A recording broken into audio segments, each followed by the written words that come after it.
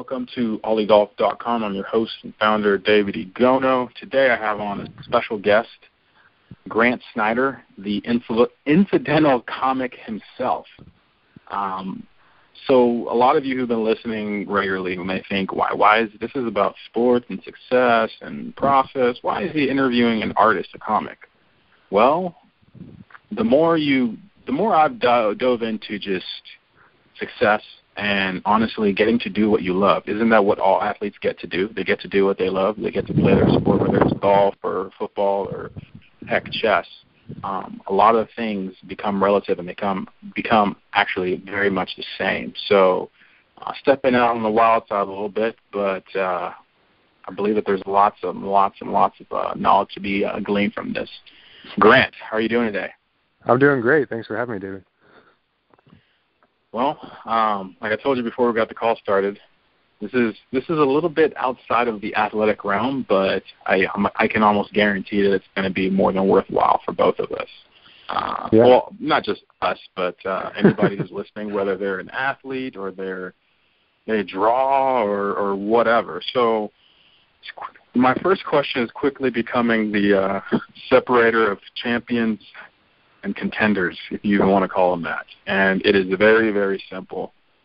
Crunchy peanut butter or smooth peanut butter, and why? I'm going to go with smooth peanut butter all the way. All the way. Why all the way? I don't know. I think just, in my childhood, crunchy peanut butter was always a thing that you tried to avoid. And I don't know if that's just like a personality quirk or whatever, but that's just always been my opinion. No evidence to back that up or anything. That is interesting. Wow. Well, I mean, you know what? As long as people aren't saying they don't like peanut butter, I'm going to keep that because you get to hear the childhood, you get to hear the biases, and you get to hear, in some cases, the hate. Well, I've actually tried chunky peanut butter as an adult, and I actually kind of like it. So, I guess as you grow up, you become open to new things, and for me, chunky peanut butter was one of those. Yeah, I mean, for me, it's like don't discriminate. You have a preference, it's cool, but don't discriminate. Don't let your 5-year-old self make your future decisions. Anyway. Yeah, don't let your 5-year-old self hold you back from being your 30, 40-something-year-old adult. But like I said at the top, you have an interesting story, and I kind of want to set the stage here, but you write at your site. I say you write. You draw. You create art right. at your site. I call it writing too, so that works. Yeah, that's kind of why I'm kind of fumbling for how to say it, because it's unique. How did you start drawing comics? Like, I mean, obviously we all draw comics and draw our pictures for our parents to put on the fridge, and it's indecipherable except to us for a certain age. But obviously you kept going. Why did you keep going? Yeah, that's a good question. I think for me, I never really had a clear sense of what I wanted to do with my drawing, but I knew that more than most people, I think it was something I wanted to keep on doing since I like to do it so much, and it felt like I had some ability in that. It wasn't until I got to college and was basically looking for an outlet for it that I discovered like cartooning, and then later, drawing comics.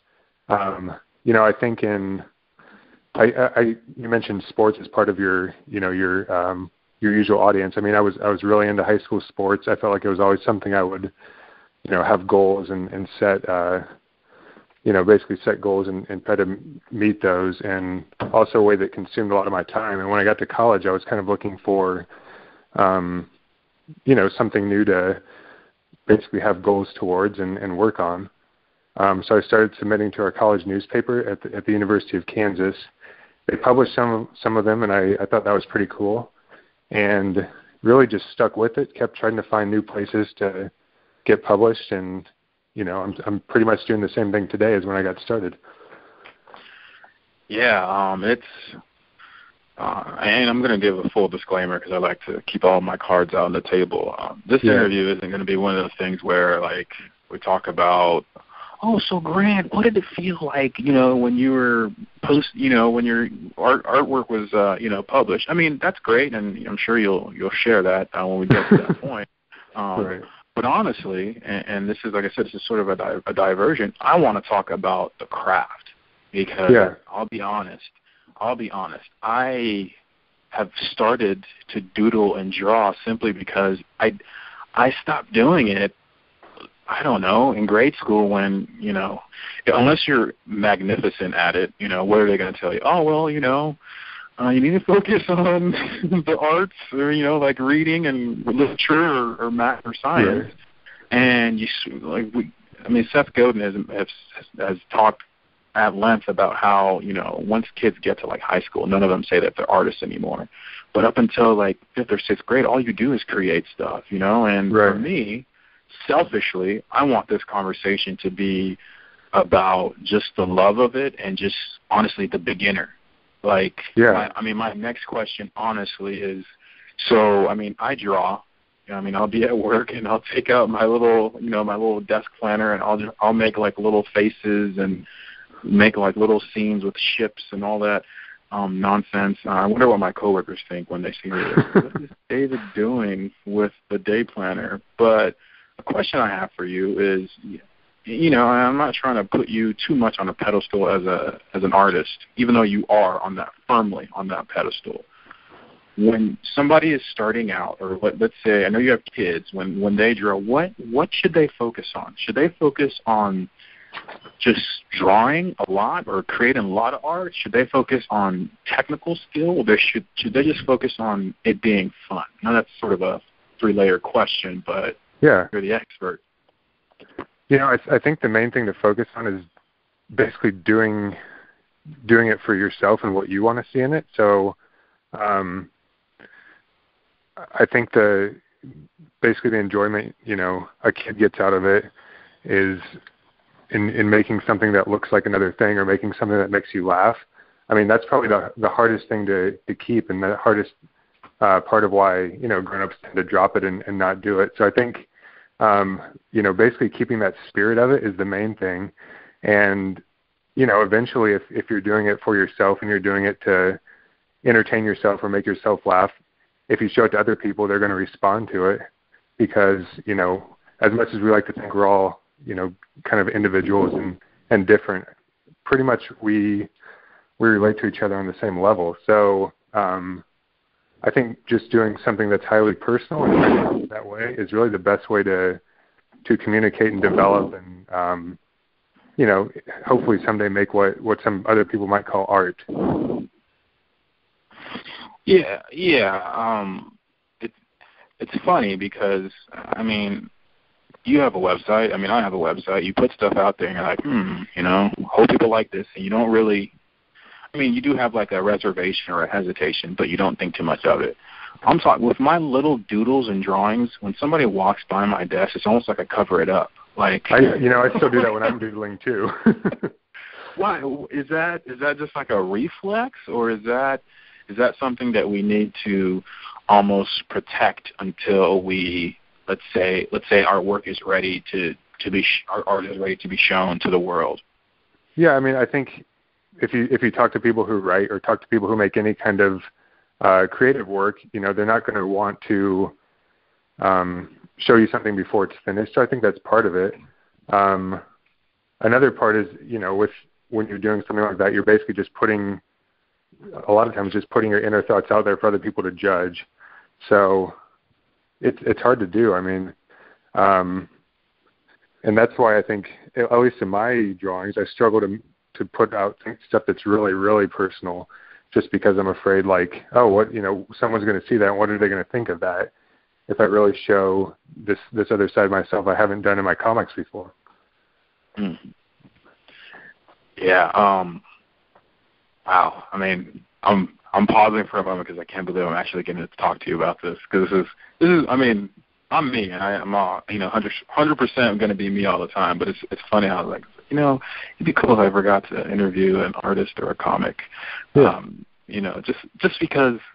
Who else would you ask? You don't ask, friends unless they happen to be, So this is me selfishly interviewing for my soon to be next obsession. So I'm looking at Actually, let's go back to what you said, how you described your art. You write, and there's art or prose, or sorry, there's art and prose. Let's just call it that. How did you blend those two together? I mean, you just mentioned how it's a part of you, and what you're making it personal to you. Is that something that you were trying to do, or is it just a way of making that piece actually be complete? As far as the mechanics of it, I think the material I'm trying to do is pretty personal, but the actual style and the actual drawing, the act of putting the words and the pictures together, a lot of that's purely just taking stuff or borrowing stuff from other cartoonists or other artists I've really read and enjoyed. So if you look, or I guess if I look at my drawings I did like 10 years ago, basically I kind of cringe because it's like I had no idea what I was doing. I didn't know how to put words and pictures together. I didn't really even know how to draw a person per se. And only by kind of studying other cartoonists who I really liked, basically copying off them in a way and just taking cues from how they did things, I realized and was able to finally put together my voice with something that blends words and pictures in a way that can be read by other people. I know that's kind of a convoluted answer, but hopefully that made a little bit of sense. Oh, it makes sense. It makes sense. Have you read or heard of Steal Like an Artist by Austin Kleon? Yeah, exactly. And I think that's a point he makes, and I follow him on Twitter and tweet back and forth with him every once in a while, and I think he hit the nail on the head with that book. If you want to call it stealing or imitating or borrowing or whatever, it's the same thing. You're always going to find somebody whose work moves you to make your own work, and just by doing it yourself, it's going to look a little bit different than whoever you're stealing from.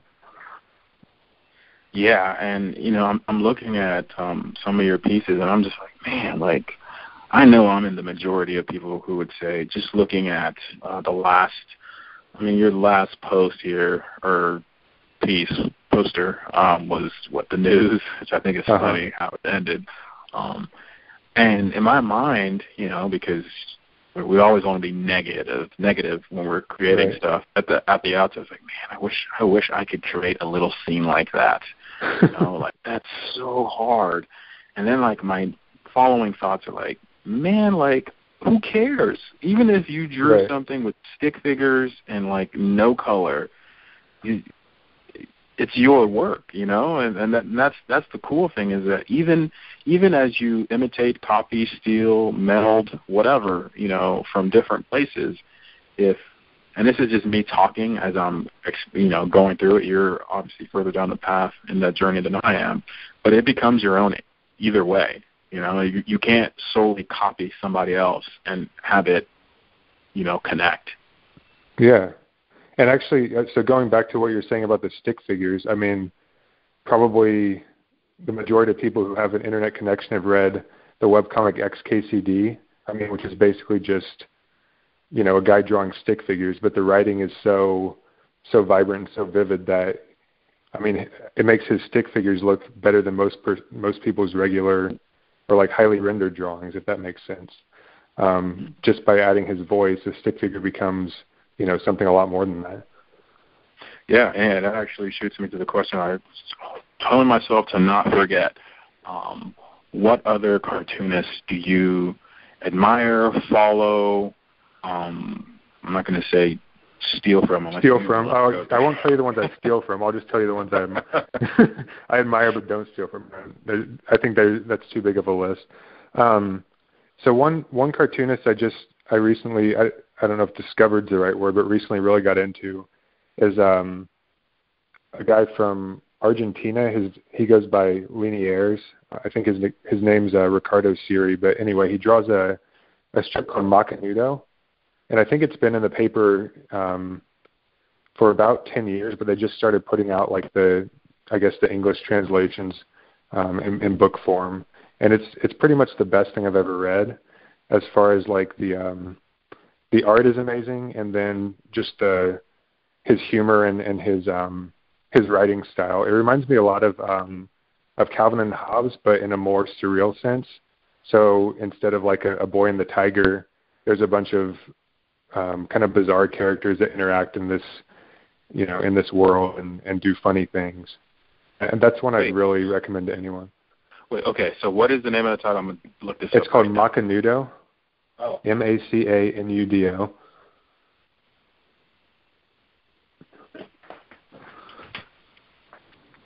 Okay.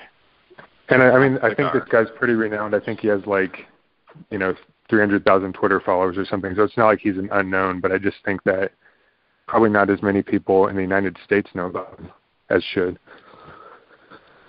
Okay. Who else? I mean, I'm just being honest. I'm asking you so that I can learn. Yeah. Well, so a couple people I always talk about when asked that question is Matt Groening, who did The Simpsons, but not for the obvious. I know The Simpsons is classic and everything. I haven't watched enough of it to really be influenced by it. But he had this strip called Life in Hell, and I think that ran for 20 plus years in alternative newspapers, and that's really kind of where I got ideas of how to actually draw a comic strip. And he has a really interesting take on adulthood and childhood and love and work and all these pretty universal things that and it can be kind of cynical at times, but I think it's a really great strip. The other one would be Roz Chast, the New Yorker cartoonist, and she's basically somebody who I guess discovered when I was in college, and when I first read her stuff, I was like, oh man, this is kind of horrible. It makes me feel weird. I don't really like it that much. And then I think a week later, she was like my favorite cartoonist. And I think just her idiosyncratic drawings and sense of humor what really attracted me to her work. That's cool. Yeah, I remember. Well, I say remember. I try to tell people all the time because for whatever reason they don't believe me. I don't know if that's good or it's bad, but I try to tell people all the time, look, I'm very, very simple. Oh, no, you're not, and I'm just if you give me a newspaper, okay, 32 years old, this has never changed, okay? My father-in-law will give me the Washington Post, Washington Times. He'll give me all these papers. Yeah. And I read literally only sports section, and I look for the comics. That's just how I am. I've never really all the other news. I'll get to it, or better yet, somebody will break it down for me, and I'll do my own research. But I just remember non sequitur used to always just be so clutch. Non sequitur, yeah, that's a good one. Used to always it gets to a point, and this is where. I want to ask you, not so much to, decipher what you do, but you said this with the XKCD reference. It's almost like, once you get it, I don't know if that's the right term, once you get it, once you understand where the artist is coming from, it's almost like the words, the picture, the angle, the perspective, everything. It's not even about skill level anymore. It's very much about, he speaks my language. Do you agree, disagree, or is there more layers to it? No, I definitely agree, and I feel that way when I get into somebody's work who I haven't read before. It just kind of clicks, and I think part of that with comic strips, it's all there, I guess, in front of you. So if you read somebody's writing, at least for me, it takes a little bit of time to get a hang of their voice because I don't know, the images aren't really readily available a lot of the times. But if you're seeing somebody's comic strip, you're reading their words, you're seeing kind of the images in their mind in a way, and I think that just immediately kind of puts you in their perspective. So I don't know, I just think it's a really direct way of communicating, and I think that's why people tend to have the reaction that you're describing. Yeah. I mean, I've only really gotten into art and honestly, detail and mastery as far as non-sports things over the past 6 to 9 months. And the coolest thing about artists and creating your own art is that I could talk about this for a while, but it's just so, not only is it liberating, but you get to express a part of you or your perspective that I don't really think gets out much. Like you were saying, it's the medium that is the most direct and it's the most impactful. I think that's why as kids we love drawing, or we love just gnawing off crayons and creating all these things. Oh, what's that? Oh, well, that's, Superman, saving so-and-so off of the moon using his spare fire truck. And you're just like, where in the world is all this coming from? Right. But at the same time, it's all there. And if you either get it or you don't, So looking at your posters and, just navigating through this conversation in and of itself, I like to focus on the process of how we do things because, like I said at the top, everybody wants to focus on the success. Oh, where have you been published? How much do you make? What is your... How many people ask cartoonists that question, actually? Well, it's funny because if you Google things, you get people asking on Reddit or Yahoo Answers asking questions, and it's like, if that's your first or second or honestly your 10th question, just don't do it. Like, don't do it. But I like to focus on the process simply because you get to see the essence of the person or the technician at work. You get to see how they think, and from that, their efforts into their process, that is what will spit out whatever results they get to enjoy or endure. So let's say you're making a poster for X subject that's going to be your next, let's just say, a poster, a piece poster. Give us the semi-bird's eye view of how that goes down. Yeah, so this is, highly, what's the word I'm looking for? I don't know, specific or proprietary. No, just kidding. Basically, I keep a notebook pretty much all the time, and I think that's one of the things that really, when I started doing it more regularly, I think my work got better. So I'm constantly kind of jotting down little ideas in the notebook that really wouldn't really look like much than scribbles to most other people. So I'll go back to the notebook, and if something that I've written down, like say over a lunch break or over something like that, strikes me again, I'll try to work it into a more, see if I can stretch it to a full comic or full page length. So from that little scribble, I kind of lay out panels, and I've been kind of working in that same, I guess, one-page comic format for a while, so that's what I'm most comfortable with. So I'll do like a rough pencil of that, and then basically just go through the process of refining that sketch or that set of panels until it starts to look like something. The writing is clicking, the images are looking like they're actually people instead of the loose scribbles. And then once it's looking really good, I'll just pen it in, and basically do like the final inking. After that, it's just a matter of coloring it on Photoshop and posting it to the internet. Wow. Yeah, I've heard of many different places, from artists to authors, basically anybody successful. Again, successful is not a room, it's not a level. It just means that you get to do what you desire to be good at, mostly, if not completely, on your own terms. About having a sketchbook or a notebook, and I don't know, or a journal, and I keep fighting that, and I need to lose that battle, because a lot of your best moments, if you don't have an outlet to pour them out on, or in, more accurately, they dissipate.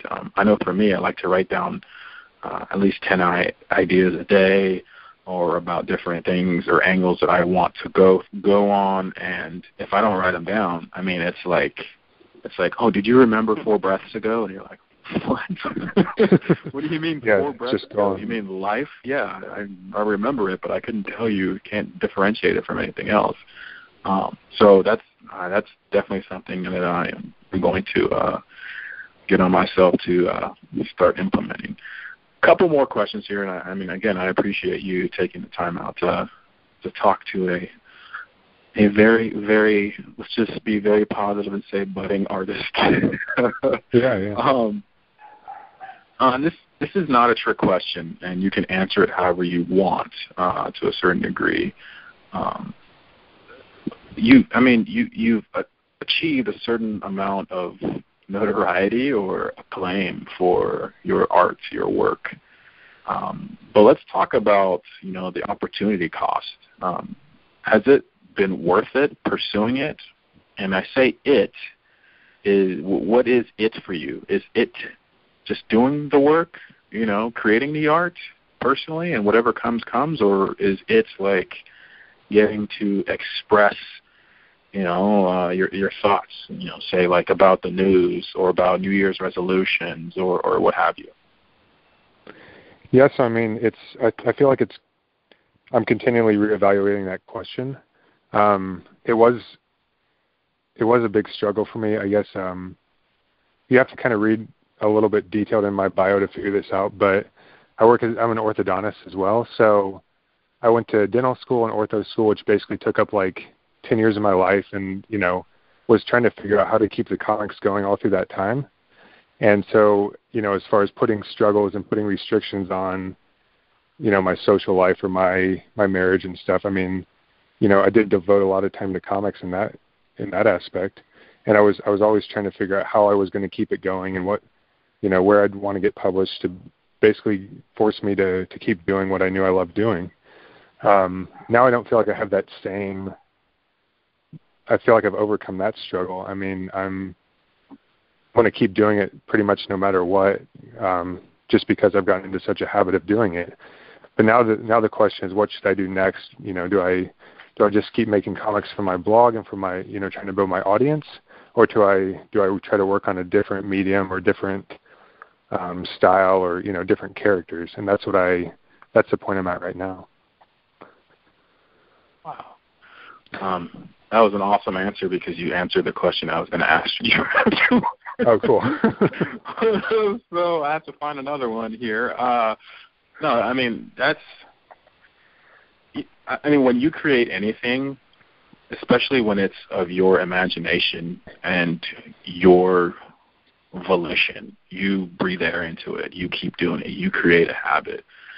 You don't want it to get stale or stuffy or at worst, somebody else's, i.e., let me even be honest, the audience's, their manifestation of what, they think your work should be. You always want to make it yours completely. So I think that's a great take. And I remember it's been a couple months since I read, I want to say there's an article in the Topeka paper or whatever where you were taking some orthodontics class. I don't know if that's the right way of even saying it, but you got news that was it that you won an award or that you were being published, and you were like, wow, like sitting in class, trying to obviously get credit for being there, but realizing that the thing that has been a hobby or just something on the side, quote unquote, that you've done is actually getting you, let's just say, a measure of happiness and worth, that what you do in your day job, no matter how good you are or acclaimed or whatever, metric you want to use as far as, being an orthodontist, which I imagine that you're up there, it's just a completely different feeling. I mean, I just remember thinking, man, that must be crazy. That must have been a crazy feeling. Yeah, and I think what I was talking about there in that interview was basically when I got my first illustration job with the New York Times, and just the shock of that. So, yeah, I mean, I think that was awesome and a huge, I guess, breakthrough in my illustration career, or illustration hobby, whatever you want to call it. But you know, after I did a few of those, I realized that that's not really the reason why I'm doing it. The reason why I'm doing it is just to basically, you know, force myself to say new things, come up with new ideas, and if stuff like that happens, that's awesome. And it obviously is a rush of adrenaline when it does happen, but that's not going to carry you your whole career. You're still kind of going to have the same discipline and same process that you've been doing all these other years. Did that answer your question at all? Oh yeah. I mean, and I think that the tough thing with a question like that, other than it being super wordy, is that it attacks something that you sort of, for the most part, achieved. So you don't think about it anymore. You just kept going. So you don't really go back to that milepost and like, what was I thinking about X amount of years ago? At the same time, though, I wish I had that same. I wish an email like that came every day where I'd have that same reaction and that same, you know, jumping up and down feeling. But, you know, there's only so many opportunities like that are going to come along. So it's awesome when they do, but that's not really what's going to sustain your interest or sustain your practice. It just kind of keeps the ball rolling a little bit. Totally. All right, last question. And this is, I mean, again, answer it however you want. It's a selfish question for me, but I think other people can use it too. So like I said, I try to doodle every day. I try to draw little. I like to call them. David has to explain it to you. Don't think about what it is. Let me explain it to you first. Just don't do that for the sake of everybody here. But you know, one of the things you said earlier was to create for yourself. I mean, obviously you have to do the work. You can't just, I mean, I'm sure you would agree that you didn't just wake up 2 or 3 years ago after, you know, drawing and creating your comics. You didn't work on your comics every other week. You know, like This is something that, I mean, I would dare say you worked on multiple times a day at least, right? You know, like this isn't something that you just arrived upon like, oh, I'm here. I can now draw or, you know, create art on a level uncommon to other humans, you know, like you worked at it.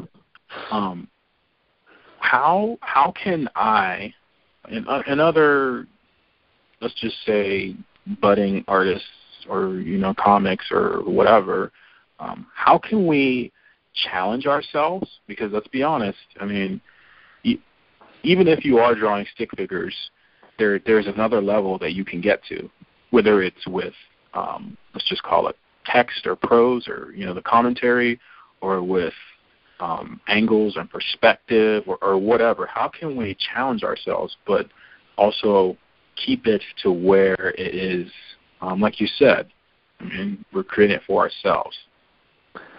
Well, I think what I'd say is kind of the only way I know how to do it is basically force yourself to self-publish. So, like, I mean, we live in a great world where you can put something on Tumblr, you know, start a Tumblr, doesn't cost any money, doesn't take any time, or start a blog, you know, draw something you think it's funny, put it on there. And I would just say, you know, try to make yourself do that like once a week or twice a week, whatever you have time to do.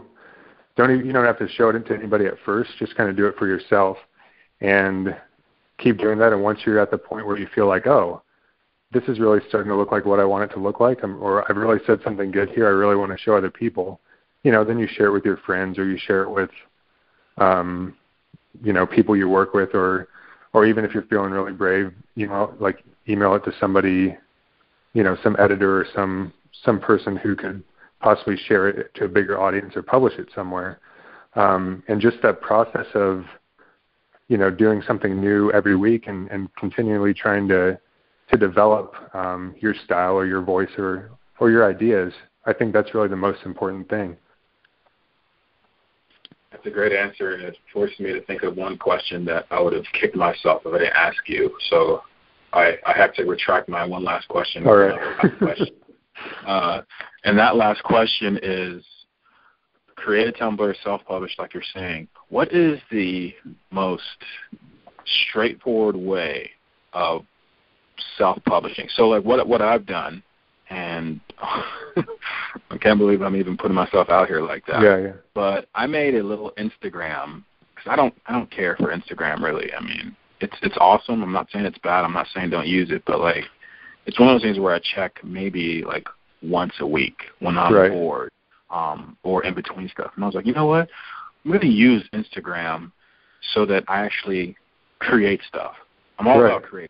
Once you're creating things, your mind just goes in places where we both have day jobs. I work at a bank. You're pulling teeth or correcting teeth. Right. I mean, let's be honest. At a certain point, let's just say there's not a whole lot of creativity in your day. I'm not saying that like you don't use it.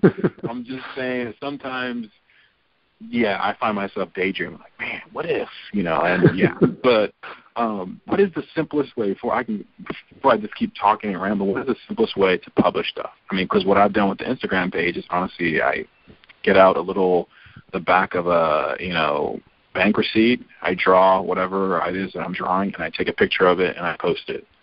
Is that? Yeah, I mean, I think that's perfect. It's really whatever works for you, whether it's, Twitter, Tumblr, Facebook, Instagram. I mean, they're all ways to share images.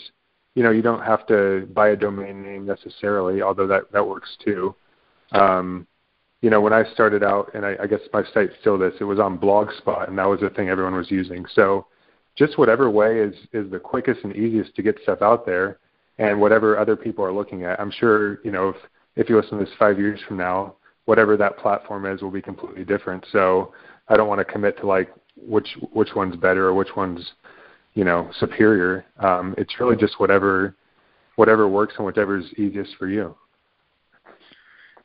And that comment makes me think of Austin Kleon's next book, which I still haven't read yet. I don't know why, but Show Your Work. When you show your work, you can scale to whatever level that you're getting to or arriving on next. Exactly.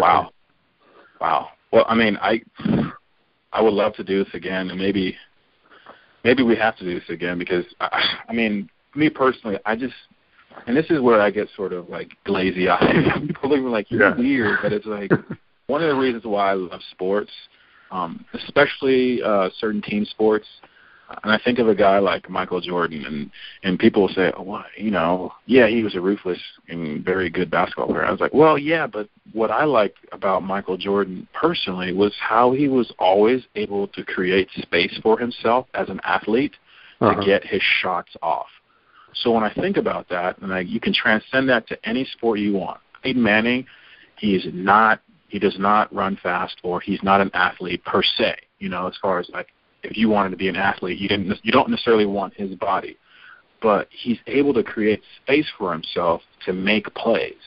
So when I think about artists or watchmakers or any master of an art or a technical skill, they have ways of creating time and space to do what they want to do. Well, so when you look at it from that perspective, I mean, again, I'm not trying to extrapolate this in a crazy way, but you're no different than, a guy stepping back and shooting a jumper. You're no different than somebody else playing football and scrambling to get a pass off. You're no different. Your medium and your field is completely different. Yes, I'll give you that. But what you're trying to do is give yourself more time and space to do what you're good at. And I think that's the great equalizer. And it's not about sport anymore or field of choice. It's about creating time and space to do what you want. So I'm very, very thrilled and excited that we got to do this conversation simply because I hope it sheds light on just how attainable it is, So, I mean, Grant, thank you, man. Thank you. Yeah, thanks for having me, David. It's been great talking to you. Yeah, well, we'll have to do this again. And, Definitely. Wow, thank you. I'm just like, okay, I'm not going to eat dinner. I'm just going to draw. Yeah, good luck with it. Good luck. Put them on Instagram for sure. Oh, I definitely will. And what I'll do, sort of butchered my outro, but that's what I thought that was pretty good, actually. Well, it is what it is. I'm having fun, but at the same time, I think I've learned a lot. And yeah. Yeah. Thank you for doing this.